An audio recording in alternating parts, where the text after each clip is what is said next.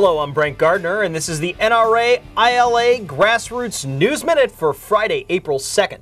Here with today's first story is correspondent Krista Cupp. Thanks, Brent. This week, District Judge Ricardo Urbina of the U.S. District Court for the District of Columbia dismissed Heller v. District of Columbia, NRA's case challenging D.C.'s prohibitive firearm registration requirements and its ban on assault weapons and large-capacity ammunition feeding devices. Mr. Heller, of course, was lead plaintiff in District of Columbia v. Heller, decided by the Supreme Court in 2008.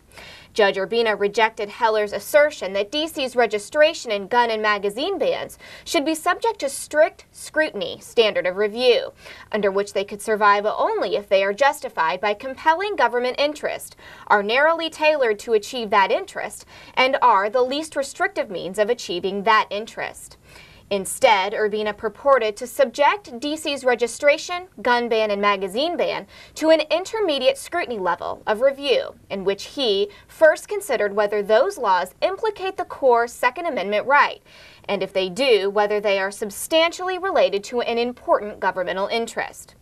Regrettably, Urbina uncritically accepted all of the factual claims in the committee report of the D.C. City Council and ignored hard evidence that so-called assault weapons and large magazines are in common use, the standard Heller adopted.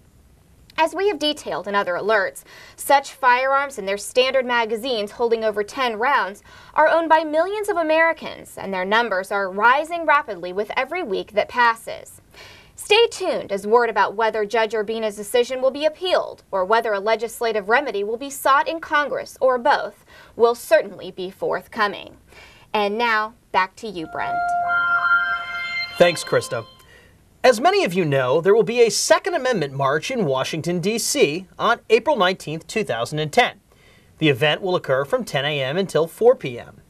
Attendees will gather on the northeast corner of the Washington Monument grounds starting at 10 a.m. and the entire event and rally will take place there.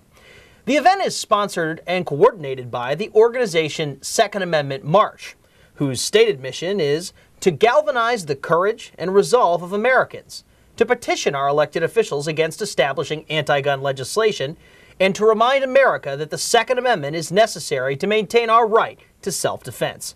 We hope to see you there.